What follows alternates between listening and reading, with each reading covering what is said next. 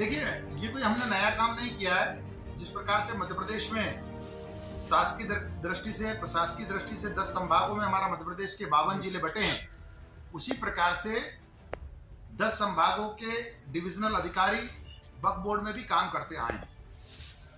अब हमने ये किया है कि ये जो डिविजनल अधिकारी हैं, अब जब यहाँ देखने में आया कि हजारों शिकायतें एक एक डिवीजन में पड़ी हुई है और कहीं ना कहीं शिकायतें अनेक ऐसी जो सही भी है और अनेक ऐसी जो गलत शिकायत है, तो भौतिक सत्यापन हमको नहीं पता है।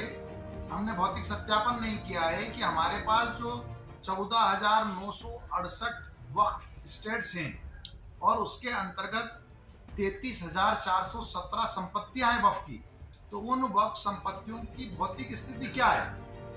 वहां पर वो वक्फ की संपत्ति है नहीं है। अगर संपत्ति है तो जितनी हमारे पास दर्ज है उतनी संपत्ति है कि नहीं है? अगर उतनी भी है तो उन संपत्तियों का क्या यूज हो रहा है? वहां पर हमको आवासीय दिखाकर, और वहां पर कई जगह कमर्शियल कॉम्प्लेक्सेस बन चुके हैं, कई जगह कमर्शियल यूज हो रहा है, कई जगह संपत्तियां कम हो गई है या वक्फ भी नहीं बची है। तो ये सब चीजें जब वहां पर हमारे अधिकारी जाएंगे, भौतिक सत्यापन करेंगे, ऑडिट करेंगे, तब हमको सही स्थिति पता चल पाएगी। ये जो 10 लोग आप 10 संभाग में जिन लोगों को 3 दिन आप घर से भेजेंगे, 3 दिन अपने वो संभाग में रहेंगे, तो उसका खर्च का शासन उठाएगा या वक्फ बोर्ड की तरफ से रहेगा या वक्फ बोर्ड के अध्यक्ष उठाएंगे इनका? देखिए, बहुत अच्छी बात कही आपने। असल में इन चीजों के भौतिक सत्यापन हो, सही तरीके से ऑडिट हो, इन्हीं कारणों से हमने इस बात को तय किया है कि अब हमारे जो संभागीय अधिकारी हैं, वो संभागीय हमारे अधिकारी कर्मचारी ऑडिट वालों के साथ लेकर और अपने अपने संभागीय क्षेत्र में जाएंगे और संभागीय क्षेत्र में हमने उनको एक प्रारूप निर्धारित कर दिया है। वो 14 बिंदुओं के प्रारूप पर पूरी जानकारी लेकर और वापस आएंगे। तो उनके आपने सवाल उठाया है कि उनके खर्च का क्या होगा। निश्चित रूप से जब वो मध्य प्रदेश वक्फ बोर्ड के काम से जा रहे हैं तो ऐसा आवश्यक खर्च, ऐसा जरूरी खर्च सब मध्य प्रदेश वक्फ बोर्ड निश्चित रूप से उठाएगा। और मुझे लगता है कि जब आप नेक नियत से, जब आप पवित्र भाव से समाज के बीच जाते हैं, तो समाज भी दोनों बाह फैलाकर आपके लिए वहाँ खड़ा है। कोई दिक्कत नहीं आएगी ऐसी। तनख्वाह कम है और 3 दिन का सफर है, काम ज्यादा रहे। नहीं, तो जरूरी है सर, मध्य प्रदेश वक्फ बोर्ड खर्च करेगा। अच्छा, वक्फ बोर्ड खर्च उठाएगा। तो वक्फ बोर्ड की संपत्ति संपूर्ण मध्य प्रदेश में कितनी है? 33,417 वक्फ संपत्तियां हमारे पास इंदिराज है और वक्फ स्टेट्स जो हैं वो 14,968 वक्फ स्टेट्स हमारे पास। साहब, जिन लोगों ने वक्फ किया संपत्ति जिस मकसद से किया था, क्या लग रहा है आपको इनके मकसद में वो अपने कामयाब हो गए या उनका मकसद अधूरा रह गया? देखिए, ये इससे अच्छा और इससे नेक काम मुझे लगता है कोई हो नहीं सकता। और मुझे लगता है कि दुनिया में इस प्रकार के जो काम है वो अपने आप में एक बड़े उदाहरण के रूप में आना चाहिए कि वक्फ एक इंसान अपनी संपत्तियों को स्थायी दान के रूप में समाज हित में और वक्फ कर दे और ये कहे कि ये अब कभी भी हस्तांतरण ये हो गई, कभी भी हस्तांतरित नहीं हो सकती। तो निश्चित रूप से उनकी जो वाकिफ की मंशा है उस पर 100% काम होना चाहिए, लेकिन कहीं काम नहीं हो पा रहा है, उसको हम ठीक करने का प्रयास करेंगे।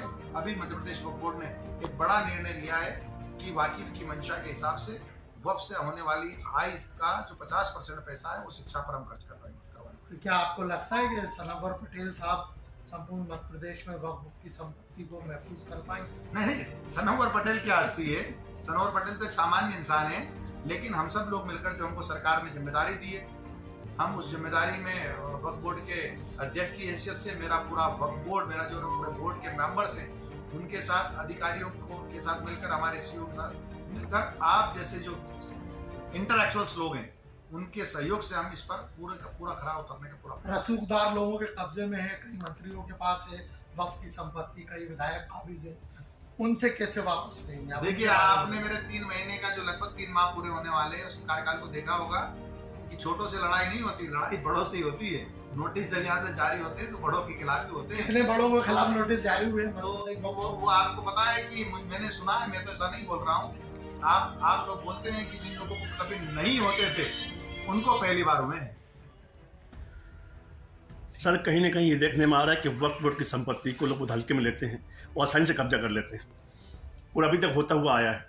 क्या अभी आप एक नई कहानी लिखने जा रहे हैं, एक नए इतिहास लिखेंगे आप यहाँ से? देखिए, बहुत ही अच्छा सवाल किया आपने। वक्फ की संपत्तियों पर अगर कोई अवैध अतिक्रमण करता है तो वक्फ एक्ट की धारा 54 हमको अधिकार देती है कि धारा 54 के तहत सीओएस की सुनवाई करें और उसके आदेश दें, और उस बेदखली के आदेश पर अगर अमल नहीं होता है तो 54(4) में हम लोग वक्फ ट्रिब्यूनल में जाने का हमको अधिकार है। और 54(4) में जब वक्फ ट्रिब्यूनल उसका निर्णय दे देती है तो 55 में संबंधित एसडीएम को अधिकार दिए गए हैं कि वो उस पर कार्रवाई करके उसको बेदखल करें। कई लोग मैं ये देखने में आया है कि पिछले 5-7 सालों से ट्रिब्यूनल में और खास करके वक्फ बोर्ड के अंदर जो सीओ सुनवाई करते हैं धारा 54 के तहत उसकी सुनवाई नहीं हो पा रही थी। हमने इस पर तेजी लाई और तेजी लाकर हमने हर दिन वक्फ बोर्ड में धारा 54 की सुनवाई हो, उस पर फैसले हो, इस पर कार्रवाई चालू कर दी जो निरंतर जारी है। कई लोग वक्फ बोर्ड की जो संपत्ति लोग कब्जा करते हैं वो आपके शिकायत करते हैं, उनका नाम गुप्त रखा जाता है या फिर जिन पे हमले हो रहे हैं उनके लिए आपने क्या योजना बनाई है? देखिए, लोग इतने कमजोर भी नहीं है कि वो कहें कि हमारा गुप्त रखा जाए, लेकिन अगर कोई ये कहे कि हमारा नाम गुप्त रखा जाए तो हम निश्चित रूप से उनका नाम गुप्त रखेंगे। हमारे चैनल को सब्सक्राइब करें, बेल आइकन जरूर प्रेस करें हमारी न्यू वीडियो सबसे पहले देखने के लिए।